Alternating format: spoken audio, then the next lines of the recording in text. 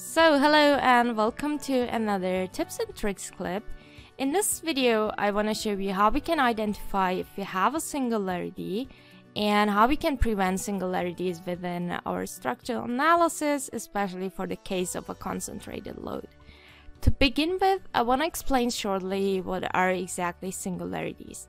Singularities occur in a limited area due to concentration of stress-dependent result values. And this means there are areas or points in our model where the values tend toward an infinite value, which causes the high peak stress levels.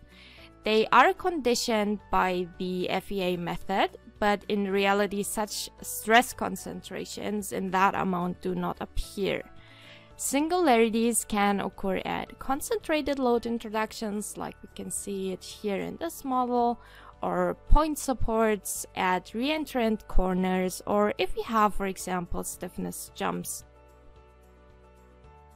And how we can identify such locations? For that, we can have a look at our example. We can see here 3 surfaces and a point load on each of these surfaces. The only difference is the mesh size, which we can set with right click on the surface and then select FE mesh refinement. In this example, we have a bigger mesh at 0.5 to a decreasing mesh size of 0.1. Now, using the FE mesh refinement, we can generally identify if there is a singularity. So if the results in this area increase with a more and more refined mesh, it's very likely a singularity location. For that, let's have a look at the results. We can get them displayed by clicking on Calculate.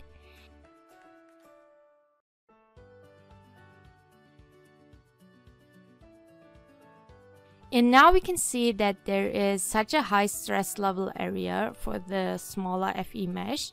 We can get the stress values displayed under result values, and for a better comparison, we can also add a new section cut under insert, and then we can copy this one for the other 2 surfaces very quickly.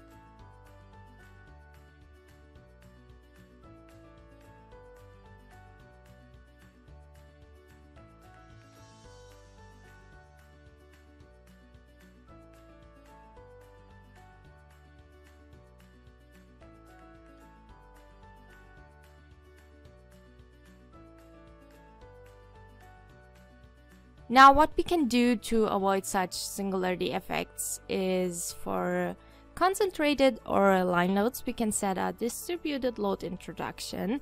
With the right click on the load, we can convert this load to a surface load. And if we have a look at the stress results again, we can see a decrease in the stress level.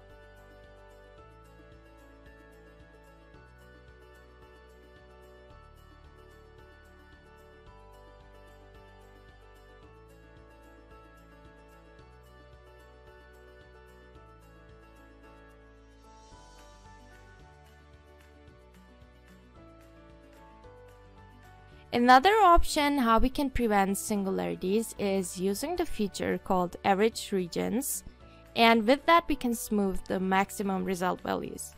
We can find average regions in the project navigator, and with the right click we can set a new one.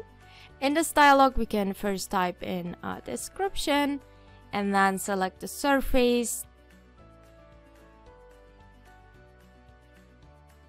Then we can choose the center point, which will be this point here in the middle. Next, we can determine which type we want to have depending on which type model we have, for example, a rectangle shape. And here we can set the dimensions for it.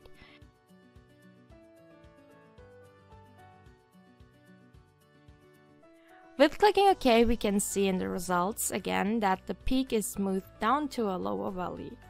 And with that said, thank you for watching. If you have any questions, you can write us in the comments below, or you can also visit our website lubal.com.